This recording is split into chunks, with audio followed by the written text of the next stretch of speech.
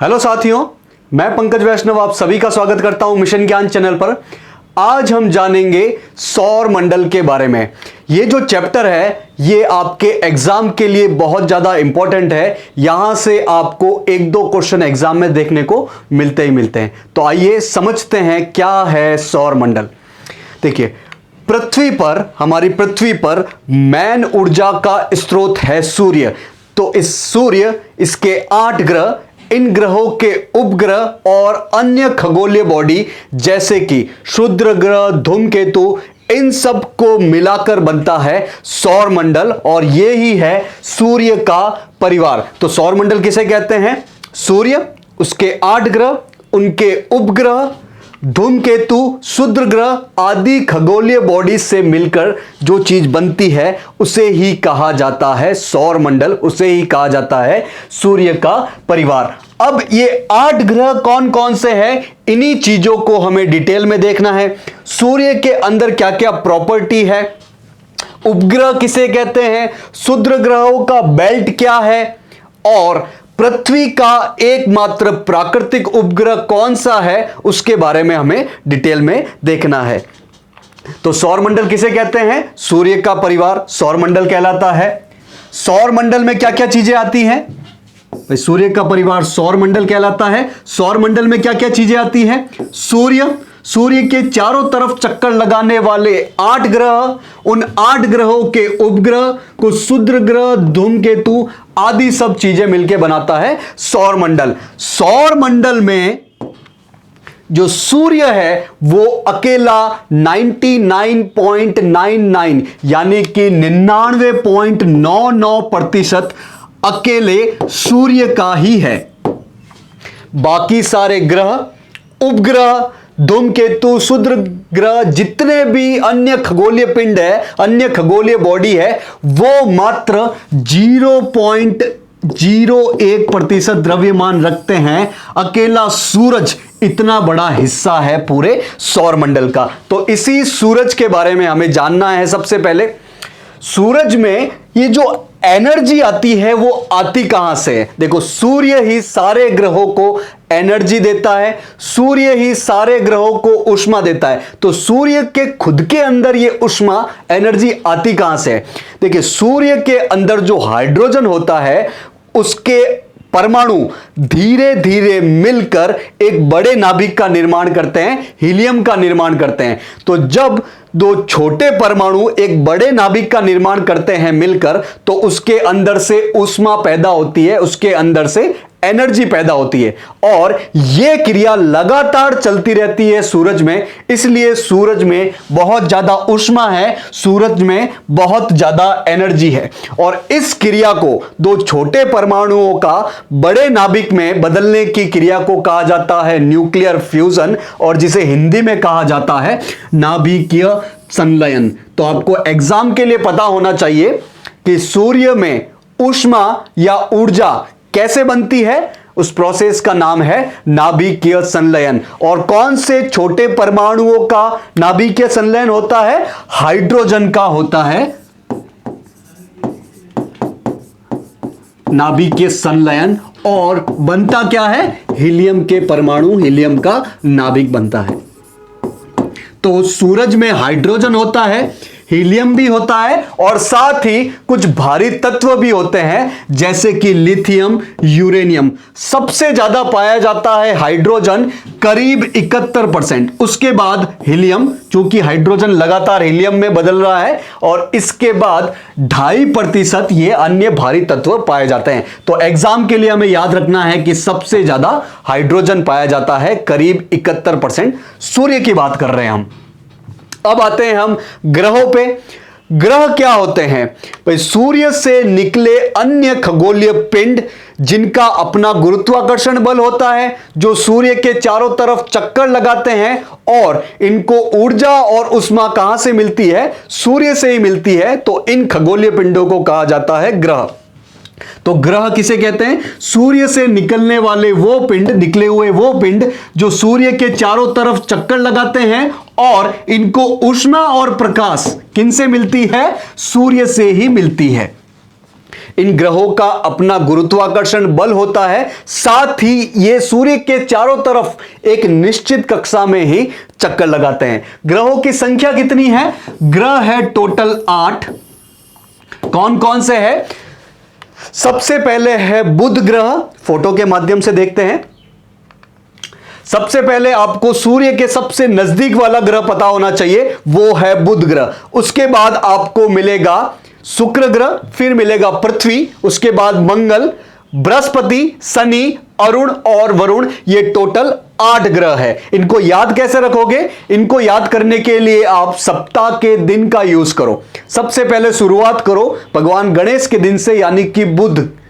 तो बुध ग्रह सूर्य के सबसे नजदीक है। उसके बाद एक एक वार को छोड़ते जाना है, सप्ताह के एक एक वार को छोड़ते जाना है। तो बुध के बाद बृहस्पति नहीं आएगा, गुरु नहीं आएगा, बल्कि आएगा शुक्र। शुक्र के बाद शनि नहीं आएगा, बल्कि आएगा रवि। लेकिन रवि तो खुद सूर्य है, तो रवि की जगह आपको बोलना है पृथ्वी। तो ऐसे ही आपको कूद कूदते चलना है। बुध, उसके बाद शुक्र, फिर पृथ्वी, मंगल, बृहस्पति, शनि और लास्ट में अरुण और वरुण। तो ये टोटल 8 ग्रह है जो कि सूर्य से बढ़ती दूरी के क्रम में है। सबसे नजदीक कौन सा है? बुध ग्रह है। और सबसे दूर कौन सा है? ये वरुण ग्रह है। इनमें सबसे बड़ा ग्रह कौन सा है? तो सबसे बड़ा ग्रह आपको मिलेगा ये बृहस्पति, जिसे हम गुरु भी कहते हैं। तो ये सबका गुरु है, सबसे बड़ा ग्रह है। उसके बाद शनि का नंबर आएगा, उसके बाद अरुण और फिर वरुण। तो सबसे बड़ा ये, दूसरे नंबर पे ये, तीसरे नंबर पे अरुण और चौथे नंबर पे वरुण। तो ये 4 हो गए। उसके बाद आपको पृथ्वी मिलेगी, 5वें नंबर पे पृथ्वी, 6ठे नंबर पे शुक्र, 7वें पे मंगल और 8वें पे सबसे छोटा ग्रह है बुध ग्रह, जो कि सूर्य के सबसे नजदीक ग्रह भी है। तो पीछे वाले 4 ग्रह अलग क्रम में याद करो और आगे वाले 4 ग्रह अलग क्रम में याद करो। ये जो आगे वाले 4 ग्रह हैं, इनको आप पार्थिव ग्रह कहते हैं, चूंकि ये चट्टानों से बने हैं मुख्यतः, इसलिए इनको पार्थिव ग्रह कहा जाता है। वहीं पीछे वाले जो 4 ग्रह हैं, उन्हें जोवियन ग्रह कहा जाता है। चूंकि ये गैस से बने हैं, इसलिए इन्हें जोवियन ग्रह कहा जाता है। तो आगे वाले 4 अलग पार्थिव ग्रह और पीछे वाले 4 अलग जोवियन ग्रह। सबसे बड़ा गुरु, उसके बाद गुरु बृहस्पति, उसके बाद शनि, फिर अरुण और वरुण। 4 हो गए।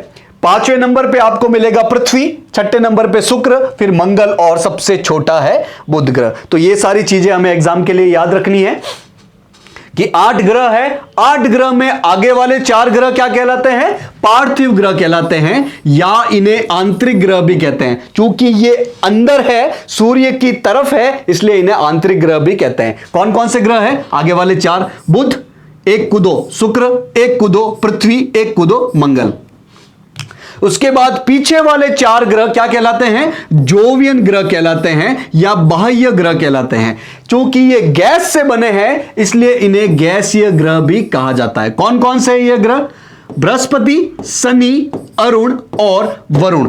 इनमें अगर सूर्य से दूरी के क्रम में पूछा जाए तो क्या होगा? सबसे पहले होगा बुध, 1 कूदना है शुक्र, 1 कूदना है पृथ्वी, कूदना है मंगल, बृहस्पति, शनि, अरुण और वरुण। सबसे नजदीक बुध, सबसे दूर कौन सा? वरुण। यदि आकार की दृष्टि से बात की जाए तो सबसे बड़ा है बृहस्पति, उसके बाद शनि, अरुण और वरुण। तो ये तो हो गए पीछे वाले 4 ग्रह। उसके बाद नंबर आएगा पृथ्वी का, यानी कि आंतरिक ग्रहों में, अंदर वाले 4 ग्रहों में सबसे बड़ा ग्रह पूछा जाए तो पृथ्वी होगा। पीछे वाले 4 को छोड़ दिया जाए तो जो पीछे 4 लिखे हुए हैं वो तो आंतरिक ग्रह है। तो आंतरिक ग्रहों में सबसे बड़ा ग्रह कौन सा है? पृथ्वी है। तो पृथ्वी के बाद नंबर आएगा शुक्र का, उसके बाद मंगल और सबसे छोटा ग्रह है बुध। सबसे बड़ा पूछा जाए तो बृहस्पति, सबसे छोटा पूछा जाए तो बुध, और आंतरिक ग्रहों में सबसे बड़ा पूछा जाए तो हमारा ग्रह पृथ्वी है। अब एक एक करके इन ग्रहों के बारे में देखते हैं। तो सबसे पहले सबसे नजदीक वाला ग्रह कौन सा है? बुध, जिसे इंग्लिश में कहा जाता है मरकरी। तो ये सूर्य के सबसे निकटतम ग्रह है और पूरे सौर मंडल के 8 ग्रहों में सबसे छोटा ग्रह भी है। चूंकि सूर्य के सबसे नजदीक है तो इसकी जो कक्षा है सूर्य के चारों तरफ घूमने की, ये मान लीजिए सूर्य, तो सबसे नजदीक बुध है, तो इसका सूर्य के चारों तरफ चक्कर लगाने का ये जो कक्षा है वो भी सबसे छोटी है। तो सूर्य के चारों तरफ चक्कर सबसे जल्दी कौन लगाएगा? बुध लगाएगा, सबसे नजदीक है, इसकी कक्षा भी बहुत छोटी है। तो बुध सूर्यमंडल में, सौर मंडल में सूर्य का सबसे निकटतम ग्रह है, सबसे नजदीक वाला ग्रह है। यह सूर्य के इतना करीब होने के कारण सूर्य की परिक्रमा सबसे कम समय में लगाता है, क्योंकि इसकी कक्षा भी बहुत छोटी होगी और आकार की दृष्टि से यह सबसे छोटा ग्रह है। साथ ही इसका कोई उपग्रह नहीं है। उपग्रह मतलब जो बुध के चारों तरफ भी चक्कर लगाए, जैसे कि पृथ्वी का उपग्रह है, पृथ्वी का प्राकृतिक उपग्रह है चंद्रमा, जो कि पृथ्वी के चारों तरफ चक्कर लगाता। तो बुध का कोई उपग्रह नहीं है।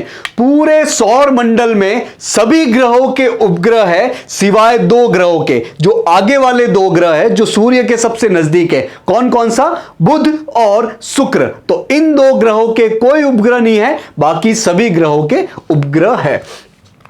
बुध का कोई वायुमंडल नहीं है, इसके चारों तरफ कोई वायुमंडल नहीं है, इसलिए जब इसका तापमान बढ़ता है तो बहुत ज्यादा बढ़ जाता है और जब इसका तापमान बहुत कम होता है तो बहुत ज्यादा कम हो जाता है। चूंकि तापमान बढ़ता है तो बहुत ज्यादा और कम होता है तो बहुत कम, इसलिए तापमान के बीच का अंतर बहुत ज्यादा रहता है। तो चूंकि इसका वायुमंडल नहीं है इसलिए इसका तापांतर बहुत ज्यादा होता है और अधिकतम तापमान कितना होता है? करीब 467 डिग्री सेल्सियस और सबसे कम तापमान करीब -170 डिग्री सेल्सियस। हालांकि आपको ये तापमान के आंकड़े याद नहीं रखने हैं, इतना सा याद रखना है कि बुध ग्रह पे कोई वायुमंडल नहीं है, इस कारण बुध का तापांतर बहुत ज्यादा है। नेक्स्ट ग्रह आते हैं, सेकेंड नंबर वाला ग्रह शुक्र। तो बुध के बाद दूसरा निकटतम ग्रह कौन सा है? शुक्र ग्रह है। शुक्र ग्रह का भी अपना कोई उपग्रह नहीं है। शुक्र के वायुमंडल में कुछ ऐसी गैसें हैं जो कि शुक्र को पूरे सौर मंडल के 8 ग्रहों में सबसे गर्म ग्रह बनाती है। आप सोचोगे कि बुध सबसे नजदीक है सूर्य के, तो बुध सबसे गर्म होना चाहिए, लेकिन शुक्र के वायुमंडल में ऐसी गैसें हैं, मुख्य रूप से कार्बन डाइऑक्साइड है, इसलिए शुक्र ग्रह बहुत ज्यादा गर्म है, सबसे ज्यादा गर्म है, इसलिए इसे गर्म ग्रह भी कहते हैं। सूर्य का जो आकार और आकृति पृथ्वी के समान है, इसलिए इसे पृथ्वी का सिस्टर प्लैनेट या पृथ्वी की बहन ग्रह भी कहते हैं। शुक्र जो है वो सूर्य के जो रोशनी है उसको बहुत ज्यादा परावर्तन करता है, इसलिए ये सौर मंडल का सबसे चमकीला ग्रह है। तो एग्जाम के लिए हमें शुक्र से रिलेटेड क्या क्या बातें याद रखनी है? भाई एक चीज आपको बता देता हूं कि शुक्र से रिलेटेड सबसे ज्यादा क्वेश्चन हमें एग्जाम में देखने को मिलते हैं, क्योंकि शुक्र से रिलेटेड बहुत सारे फैक्ट है, इसलिए इससे क्वेश्चन भी बहुत ज्यादा बनते हैं। तो शुक्र जो है वो सूर्य से 2 नंबर निकटतम ग्रह है और पृथ्वी के सबसे निकटतम ग्रह शुक्र ही है। अगर क्वेश्चन पूछा जाए कि पृथ्वी के सबसे निकटतम ग्रह कौन सा है, तो शुक्र है। यह पृथ्वी के सबसे निकटतम ग्रह है। इसका आकार और आकृति पृथ्वी के समान है, इसलिए इसे पृथ्वी का सिस्टर प्लैनेट भी कहते हैं। यह एग्जाम प्रीवियस ईयर क्वेश्चन में पूछा जा चुका है कि पृथ्वी का सिस्टर प्लैनेट कौन सा है? शुक्र ग्रह। चूंकि सुबह के समय यह पूर्व दिशा में दिखता है और शाम के समय यह पश्चिम दिशा में दिखता है, इसलिए इसे भोर का तारा या संध्या का तारा भी कहते हैं। तो एग्जाम में क्वेश्चन आए, भोर का तारा या संध्या का तारा किसे कहा जाता है? सूर्य को नहीं कहा जाता है, शुक्र को कहा जाता है। शुक्र ग्रह, इसका भी कोई उपग्रह नहीं है। भाई पूरे सौर मंडल में 2 ही ग्रह है जिसके कोई उपग्रह नहीं है, एक तो सबसे पहले वाला बुध और दूसरा नंबर वाला शुक्र। इसके साथ एक खासियत है कि यह पूर्व से पश्चिम दिशा में चक्कर लगाता है अपने अक्ष पर। सौर मंडल में जितने भी ग्रह है वो पश्चिम से पूर्व दिशा में घूमते हैं अपने अक्ष पर। भाई कोई भी ग्रह 2 प्रकार की मूवमेंट करता है, एक तो अपने अक्ष पर और एक सूर्य के चारों तरफ। सूर्य के चारों तरफ तो सभी ग्रह एक ही दिशा में चक्कर लगाते हैं, लेकिन जब अपने अक्ष पर घूमने की बात होती है तो 6 ग्रह पश्चिम से पूर्व दिशा में घूमते हैं। सिर्फ 2 ग्रह ऐसे हैं जो पूर्व से पश्चिम दिशा में घूमते हैं। कौन कौन से? एक तो है शुक्र और एक जो सेकंड लास्ट वाला ग्रह है अरुण। तो आगे से 2 नंबर वाला ग्रह और पीछे से 2 नंबर वाला ग्रह, ये दोनों ही पूर्व से पश्चिम दिशा में अपनी अक्ष पर घूमते रहते हैं। यह सर्वाधिक गर्म ग्रह है क्योंकि इसके वायुमंडल में कुछ ऐसी गैसें पाई जाती है जैसे कि कार्बन डाइऑक्साइड, जो कि इनको सबसे गर्म ग्रह बनाती है। यह सौर ऊर्जा का सबसे ज्यादा परावर्तन करता है। सौर ऊर्जा जब मिलती है तो सबसे ज्यादा परावर्तन करने वाला ग्रह कौन सा है? शुक्र ग्रह। इसीलिए यह सबसे ज्यादा चमकीला ग्रह है। तो शुक्र के बारे में यह सारी चीजें हमें पता होनी चाहिए। तीसरा ग्रह आता है अपना ग्रह पृथ्वी। पृथ्वी पूरे सौर मंडल का एकमात्र ऐसा ग्रह है जहां पर जीवन पाया जाता है, जहां पर आपको जीव जंतु, पेड़ पौधे और मानव जाति देखने को मिलेगी। चूंकि पृथ्वी पर पानी बहुत ज्यादा है और अंतरिक्ष से देखने पर यह आसमानी कलर का दिखता है, इसीलिए इसे ब्लू प्लैनेट भी कहते हैं, नीला ग्रह भी कहते हैं। इसका एक ही प्राकृतिक उपग्रह है। अभी तक हमने 2 ग्रह देखे, बुध और शुक्र, इनके कोई उपग्रह नहीं है, लेकिन अब उपग्रह की बात शुरू होगी और पृथ्वी को मिलेगा एक उपग्रह जिसका नाम है चंद्रमा। देखिए, उपग्रह 2 प्रकार के होते हैं। एक तो कृत्रिम उपग्रह जिसे इंसान खुद भेजता है, मुख्य रूप से टेलीकम्युनिकेशन और आईटी टेक्नोलॉजी के लिए। लेकिन प्राकृतिक उपग्रह जो कि प्रकृति द्वारा ही प्रदत्त है, वो पृथ्वी का एकमात्र ही है जिसका नाम है चंद्रमा। तो पृथ्वी से रिलेटेड हमें क्या क्या चीजें पता होनी चाहिए कि यह सौर मंडल का एकमात्र ग्रह है जिस पर जीवन पाया जाता है। पेड़ पौधे, जीव जंतु और मानव जाति सिर्फ और सिर्फ पृथ्वी पर ही मिलेगी। यह सूर्य का तीसरा निकटतम ग्रह है, यह तो हमें चीज पता ही है। आंतरिक ग्रहों में यह सबसे बड़ा ग्रह है। भाई, सबसे बड़े ग्रहों की हमने जब बात की थी तो पीछे वाले 4 टॉप 4 में आते हैं, लेकिन जब अंदर वाले 4 की हम बात करते हैं तो पृथ्वी इन अंदर वाले 4 में, आंतरिक ग्रहों में, पार्थिव ग्रहों में सबसे बड़ा ग्रह है। तो अगर क्वेश्चन पूछे कि सबसे बड़ा ग्रह कौन सा है पूरे सौर मंडल में, तो बृहस्पति। लेकिन आंतरिक ग्रहों में सबसे बड़ा ग्रह कौन सा है? तो पृथ्वी। और सारे 8 ही ग्रहों में सबसे छोटा ग्रह कौन सा है? तो बुध है। पृथ्वी पर जल बहुत ज्यादा है, इसीलिए इसे नीला ग्रह या ब्लू प्लैनेट भी कहते हैं। नीला ग्रह किसे कहते हैं? पृथ्वी को कहा जाता है। और इसका एकमात्र प्राकृतिक उपग्रह कौन सा है? चंद्रमा है, जो कि पृथ्वी के चारों तरफ चक्कर लगाता है। पृथ्वी के बाद चौथा ग्रह आएगा मंगल ग्रह। मंगल ग्रह जो है उस पर लो ऑक्साइड बहुत ज्यादा पाया जाता है। लो ऑक्साइड पाए जाने के कारण मंगल ग्रह का कलर लाल होता है, इसीलिए इसे लाल ग्रह भी कहते हैं। तो अभी तक 2 नाम आ चुके हैं, एक तो नीला ग्रह कौन सा है? पृथ्वी, और एक लाल ग्रह कौन सा है? मंगल, या जिसे मार्स कहते हैं।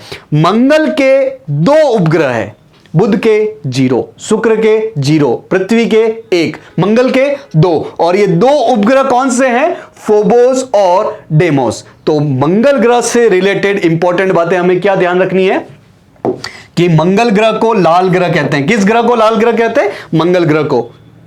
क्यों कहते हैं? क्योंकि इसका कलर लाल है। इसका कलर लाल क्यों है? क्योंकि यहां पर इसकी सतह पर लो ऑक्साइड पाया जाता है, इसलिए इसका रंग लाल है। और इसके उपग्रह कितने हैं? इसके 2 उपग्रह है। कौन कौन से? फोबोस एवं डेमोस। मंगल के बाद अब हम चलते हैं पीछे वाले 4 ग्रहों की तरफ, जो कि है जोवियन ग्रह। इसमें सबसे बड़ा ग्रह और सौर मंडल का भी सबसे बड़ा ग्रह बृहस्पति। बृहस्पति सौर मंडल का सबसे बड़ा ग्रह है और बृहस्पति उपग्रह के मामले में सबसे बड़ा ग्रह माना जाता था, यानी कि सबसे ज्यादा उपग्रह की संख्या बृहस्पति के पास थे। लेकिन 1-2 साल पहले शनि, जो कि इसके बाद आएगा, उसने उपग्रह के मामले में बृहस्पति को पछाड़ दिया है। तो इस बृहस्पति से रिलेटेड हमें क्या क्या पॉइंट याद रखने हैं कि ये सबसे बड़ा ग्रह है और ये गैसों से बना हुआ है, इसीलिए तो इनको जोवियन ग्रह या गैसीय ग्रह या बाह्य ग्रह भी कहते हैं। इसके वायुमंडल में मुख्यतः हाइड्रोजन एवं हीलियम पाई जाती है। इसके वायुमंडल में मुख्यतः ये दो गैसें पाई जाती है, हाइड्रोजन और हीलियम। इसके उपग्रहों की संख्या है 79, 79। बहुत ज्यादा उपग्रह है इनके पास और इनमें सबसे बड़ा उपग्रह, आपको नाम याद रखना है, गैनीमेड। ये जो गैनीमेड उपग्रह है वो पूरे सौर मंडल का सबसे बड़ा उपग्रह है। सौर मंडल का सबसे बड़ा ग्रह बृहस्पति, और बृहस्पति का जो उपग्रह है गैनीमेड वो पूरे सौर मंडल का सबसे बड़ा उपग्रह है। बृहस्पति के बाद आएगा नंबर शनि का। तो शनि सौर मंडल का दूसरा सबसे बड़ा ग्रह है। बृहस्पति 1 नंबर पे है, शनि 2 नंबर पे है। इसके चारों तरफ 7 रिंग पाई जाती है। शनि के चारों तरफ रिंग पाई जाती है। तो जब भी आप किसी फोटो में बहुत ज्यादा हैवी रिंग देखो तो आप समझ जाना वो शनि ग्रह है। तो शनि के चारों तरफ रिंग पाई जाती है, करीब 7 रिंग पाई जाती है और उपग्रह के मामले में यह सबसे बड़ा ग्रह है। इसके 82 उपग्रह है। बृहस्पति के कितने थे? 79 थे, उससे 3 ज्यादा है शनि के पास। और टाइटन सबसे बड़ा उपग्रह है शनि का। तो गैनीमेड सबसे बड़ा उपग्रह है किसका? बृहस्पति का। और टाइटन सबसे बड़ा उपग्रह है किसका? शनि का। और पूरे सौर मंडल का सबसे बड़ा उपग्रह कौन सा है? तो गैनीमेड है। शनि इतना तेजी से घूमता है कि यह चपटा लगने लगता है, इसलिए यह सौर मंडल का सबसे चपटा ग्रह है। बहुत तेजी से घूमता है इसलिए यह चपटा दिखता है, इसलिए यह सौर मंडल का सबसे चपटा ग्रह है। शनि के बाद नंबर आएगा अरुण का। जैसे कि हमने शुक्र के दौरान बात की थी कि सारे ग्रह पश्चिम से पूर्व की तरफ अपने अक्ष पर चक्कर लगाते हैं, लेकिन शुक्र और ये अरुण अपने अक्ष पर पूर्व से पश्चिम की ओर चक्कर लगाते हैं। अरुण का कलर हरा होता है क्योंकि इस पर मीथेन गैस बहुत ज्यादा पाई जाती है। तो हरा ग्रह कहो, कौन सा ग्रह कहलाएगा? ये अरुण कहलाएगा। लाल ग्रह कौन सा है? मंगल। नीला ग्रह कौन सा है? पृथ्वी। हरा ग्रह कौन सा है? अरुण। क्यों? क्योंकि यहां पर मीथेन गैस बहुत ज्यादा पाई जाती है। यह सूर्य की तरफ बहुत ज्यादा झुका हुआ है, इस कारण यह लेटा हुआ महसूस होता है। सभी लोग धीरे थोड़े थोड़े सभी झुके हुए हैं, लेकिन सबसे ज्यादा ये अरुण झुका हुआ है, इसलिए ये लेटा हुआ महसूस होता है, इसलिए इसे लेटा हुआ ग्रह भी कहते हैं। तो लेटा हुआ ग्रह कौन सा है? अरुण।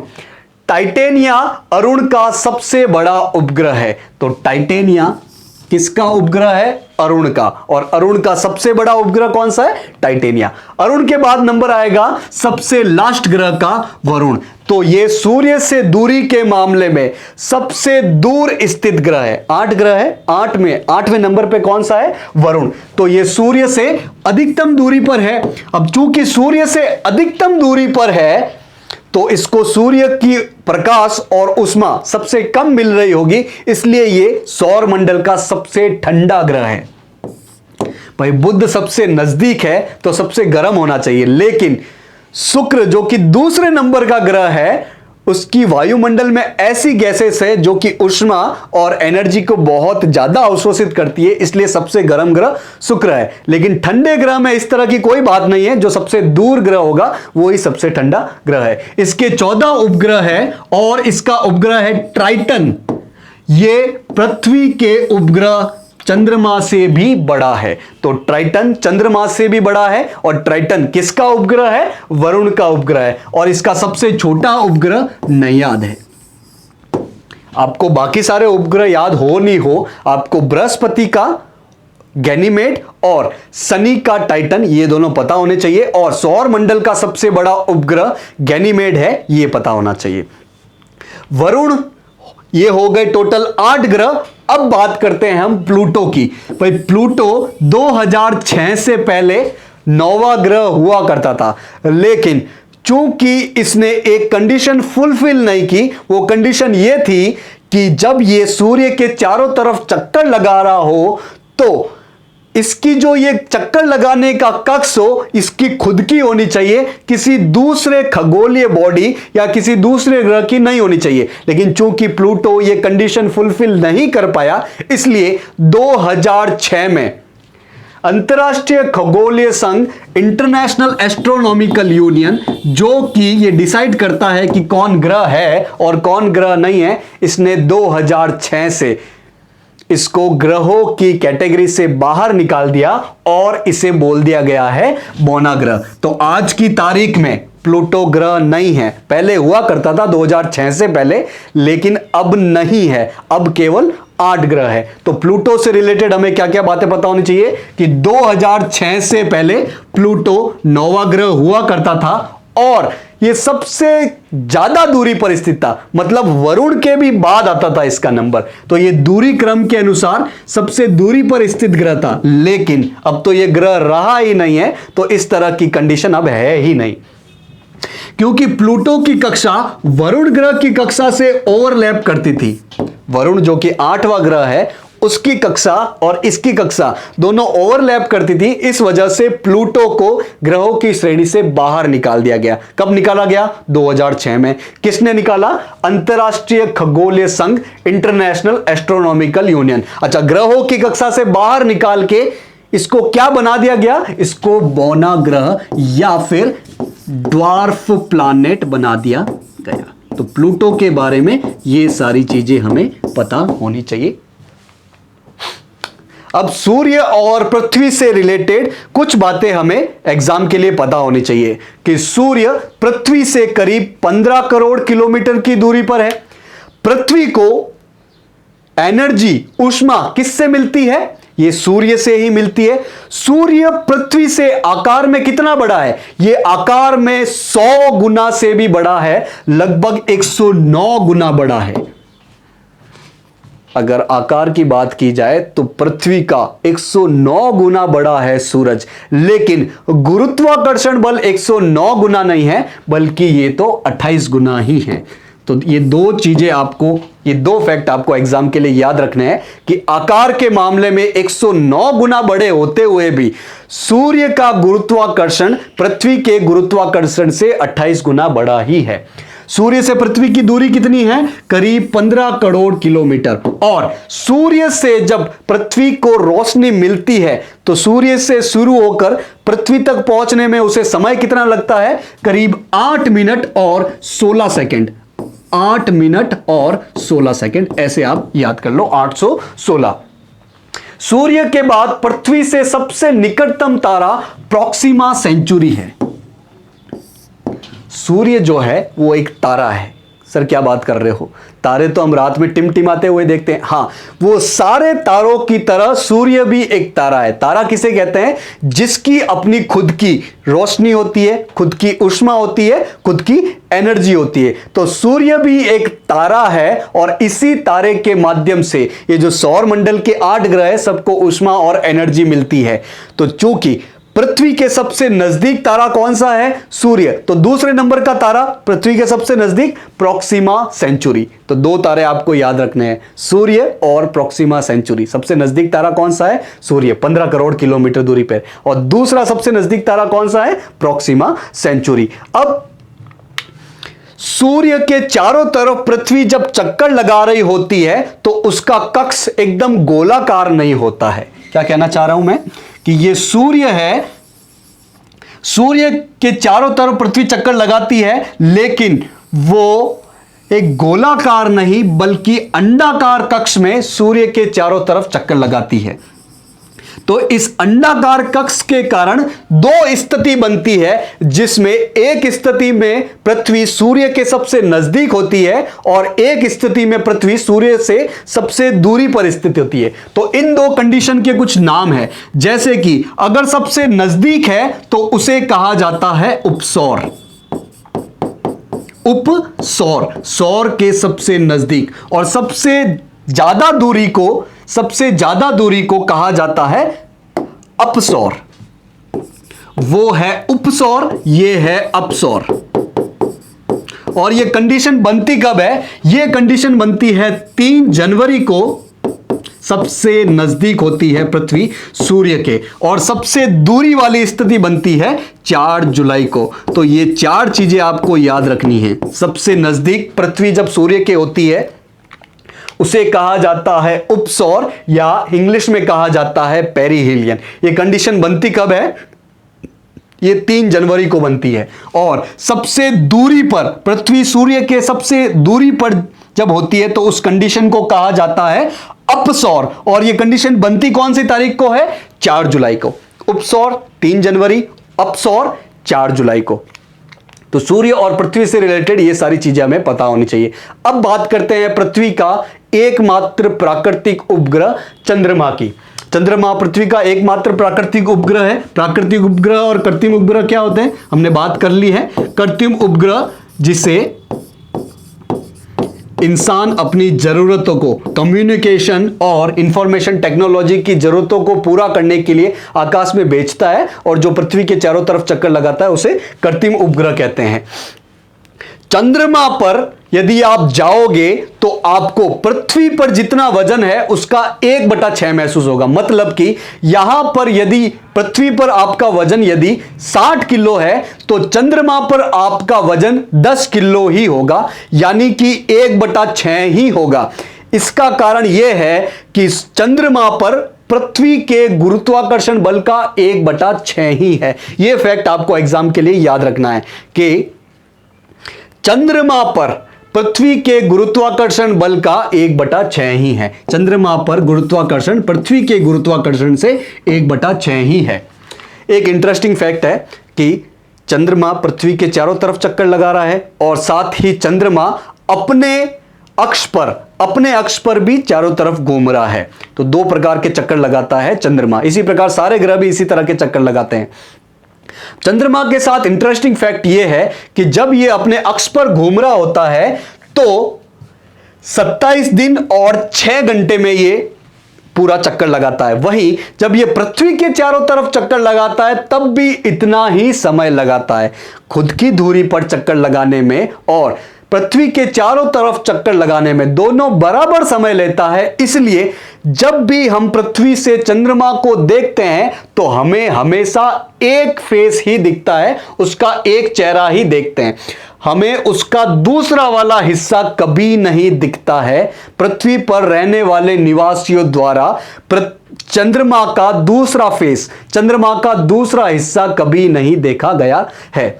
तो यह फैक्ट आपको पता होना चाहिए कि हमें पृथ्वी से चंद्रमा का एक फेस ही दिखता है। क्यों? क्योंकि इसका खुद की दूरी पर घूमने का समय और पृथ्वी के चारों तरफ घूमने का समय बराबर है, जो कि है 27 दिन 6 घंटे।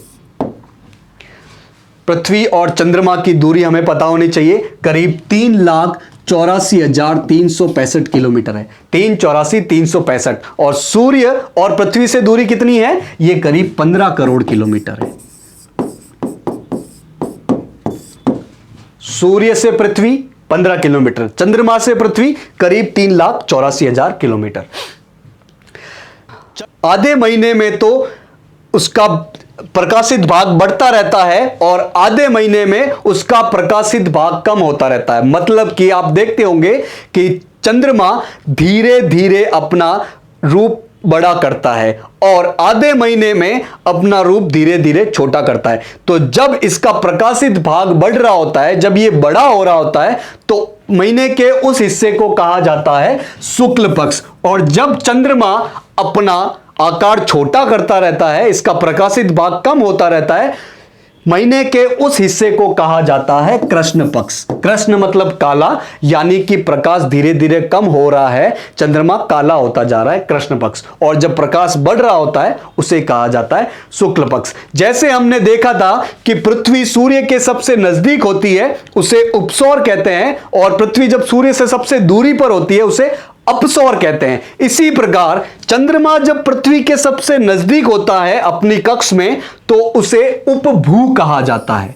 भू मतलब पृथ्वी, जमीन, तो भू के सबसे नजदीक चंद्रमा की जब स्थिति होती है तो उसे उपभू कहा जाता है, और जब चंद्रमा अपनी कक्ष में पृथ्वी से सबसे ज्यादा दूरी पे होता है तो उसे अपभू कहा जाता है, इंग्लिश में जिसे कहा जाता है एपोजी। इस फोटो के माध्यम से समझते हैं भाई, चंद्रमा पृथ्वी के चारों तरफ चक्कर लगा रहा है। चंद्रमा पृथ्वी के जब चारों तरफ चक्कर लगा रहा है तो वो गोलाकार कक्ष नहीं है, वो अंडाकार कक्ष है। इस अंडाकार कक्ष में एक स्थिति ऐसी होगी जब वो पृथ्वी के सबसे नजदीक होगा, और एक स्थिति ऐसी होगी जब वो पृथ्वी से सबसे ज्यादा दूरी पे होगा। तो सबसे कम दूरी वाले स्थिति को कहा जाता है उपभू, और सबसे ज्यादा दूरी को कहा जाता है अपभू। तो उपसौर अपसौर पृथ्वी और सूर्य के मामले में है, और उपभू और अपभू पृथ्वी और चंद्रमा के मामले में है। तो ये सारी चीजें हमें चंद्रमा से रिलेटेड पता होनी चाहिए। अब दो कंसेप्ट और है, एक तो है सूर्य ग्रहण और एक है चंद्र ग्रहण। सूर्य ग्रहण मतलब पृथ्वी से सूर्य नहीं दिखता है, और चंद्र ग्रहण मतलब पृथ्वी से चंद्रमा नहीं दिखता है। अब क्यों नहीं दिखता है सूर्य और चंद्रमा? पहले सूर्य ग्रहण को समझते हैं। सूर्य नहीं दिख रहा है, क्यों? क्योंकि पृथ्वी और सूर्य के बीच में आ गया चंद्रमा। पृथ्वी सूर्य के चारों तरफ चक्कर लगा रही है और चंद्रमा पृथ्वी के चारों तरफ चक्कर लगा रहा है। तो इस चक्कर लगाते लगाते ऐसी कंडीशन बन जाती है जब पृथ्वी और सूर्य के मध्य आ जाता है चंद्रमा। तो अब चूंकि पृथ्वी और सूर्य के बीच में आ गया चंद्रमा, तो पृथ्वी से सूर्य दिखता नहीं है, उसे कहा जाता है सूर्य ग्रहण। अब आते हैं चंद्र ग्रहण पे। तो चंद्र ग्रहण क्या होता है? जब चंद्रमा नहीं दिखता है। चंद्रमा क्यों नहीं दिखेगा? क्योंकि चंद्रमा घूमते घूमते पृथ्वी के दूसरे साइड में आ गया। तो जब ये दूसरे साइड में आ जाता है तब सूर्य की रोशनी चंद्रमा तक पहुंचती नहीं है, तो चंद्रमा काला काला ही होता है, पृथ्वी से वो दिखता ही नहीं है, तो उसे कहा जाता है चंद्र ग्रहण। तो चंद्र ग्रहण में चंद्रमा और सूर्य के बीच में आ जाती है पृथ्वी, और सूर्य ग्रहण में सूर्य और पृथ्वी के बीच में आ जाता है चंद्रमा। तो सूर्य ग्रहण और चंद्र ग्रहण हमें स्थिति पता होनी चाहिए कि क्या क्या कंडीशन हो रही होती है। तो सूर्य ग्रहण में सूर्य ढक जाता है, सूर्य नहीं दिखता है, पृथ्वी से सूर्य नहीं दिखता है। क्यों नहीं दिखता है? क्योंकि सूर्य और पृथ्वी के बीच में कुछ आ जाता है। ये कुछ क्या आता है? ये चंद्रमा आता है। तो सूर्य और पृथ्वी के बीच आ जाता है चंद्रमा, इसलिए सूर्य नहीं दिखता है। चंद्र ग्रहण में क्या होता है? चंद्रमा नहीं दिखेगा। अब चंद्रमा क्यों नहीं दिखेगा? क्योंकि ये पृथ्वी के दूसरे साइड में आ जाएगा। पृथ्वी के दूसरे साइड में आने की वजह से इस पे सूर्य की रोशनी नहीं पड़ेगी और ये पृथ्वी से दिखेगा नहीं। तो जब सूरज और चंद्रमा के बीच में आ जाती है पृथ्वी, तब चंद्रमा पर रोशनी नहीं पड़ती और उस वजह से हमें पृथ्वी से चंद्रमा दिखाई नहीं देता। इस फोटो के माध्यम से आप देख सकते हो। इस कंडीशन में चंद्रमा बीच में आ गया तो पृथ्वी से सूर्य नहीं दिखेगा, तो यह सूर्य ग्रहण हो गया। इस कंडीशन में चंद्रमा पृथ्वी के पीछे छुप गया तो अब पृथ्वी से चंद्रमा नहीं दिखेगा, क्योंकि चंद्रमा पर सूरज की रोशनी नहीं पड़ेगी। इसे कहते हैं चंद्र ग्रहण। लास्ट कंसेप्ट है एस्टेरॉयड बेल्ट और क्यूपर बेल्ट का। एस्टेरॉयड बेल्ट को हिंदी में कहा जाता है क्षुद्र ग्रहों की बेल्ट। पहले समझते हैं क्षुद्र ग्रह क्या होते हैं। भाई, अंतरिक्ष में ऐसे कुछ बड़ी बड़ी और छोटी छोटी चट्टानें हैं जो कि लाखों की संख्या में है, और ये सूर्य के चारों तरफ एक फिक्स कक्ष में चक्कर लगा रही है, ग्रहों की तरह ही। तो इस प्रकार की बेल्ट, ऐसे लाखों क्षुद्र ग्रह जब मंगल और बृहस्पति के बीच में चक्कर लगा रहे हैं, तो उस कंडीशन को कहा जा रहा है एस्टेरॉयड बेल्ट या क्षुद्र ग्रहों की बेल्ट। और इसी प्रकार के ऑब्जेक्ट जब प्लूटो के भी बाहर सूर्य के चारों तरफ चक्कर लगा रहे हैं तो उसे कहा जाता है क्यूपर बेल्ट। फोटो के माध्यम से समझते हैं। ये अपना सौर मंडल हो गया, सूर्य और ये सारे ग्रह हो गए। इसमें आप देखोगे मंगल और बृहस्पति के बीच में आपको बहुत सारे छोटे छोटे बिंदु दिख रहे होंगे। ये बड़ी बड़ी और छोटी छोटी लाखों चट्टानें हैं जो कि एक फिक्स कक्षा में सूर्य के चारों तरफ चक्कर लगा रही है। तो मंगल और बृहस्पति के बीच में ये जो बेल्ट बन रहा है, इसे कहा जाता है क्षुद्र ग्रहों की बेल्ट या फिर एस्टेरॉयड बेल्ट। तो एग्जाम में क्वेश्चन मिलता है कि एस्टेरॉयड बेल्ट या क्षुद्र ग्रहों की बेल्ट कहां पाई जाती है, तो आपको याद रखना है मंगल और बृहस्पति के बीच में, आगे वाले 4 ग्रह और पीछे वाले 4 ग्रहों के बीच में। और लास्ट में है आपकी क्यूपियर बेल्ट। वहां पर भी क्षुद्र ग्रह ही है, लेकिन वो पाए कहां जाते हैं, वो प्लूटो के बाहर पाए जाते हैं। ये सूर्य के चारों तरफ चक्कर लगा रहे हैं एक फिक्स कक्षा में। तो वो गई क्यूपर बेल्ट। तो ये सारी चीजें थी सौर मंडल से रिलेटेड, जो कि आपके एग्जाम के लिए बहुत ज्यादा इंपॉर्टेंट रहने वाली है। इस चैप्टर से आपको 1-2 क्वेश्चन देखने को मिलेंगे ही मिलेंगे। तो आशा है कि आज का लेक्चर आपको समझ में आया होगा। मिशन ज्ञान की ई कक्षा से जुड़ने के लिए आप सभी लोगों का बहुत बहुत धन्यवाद।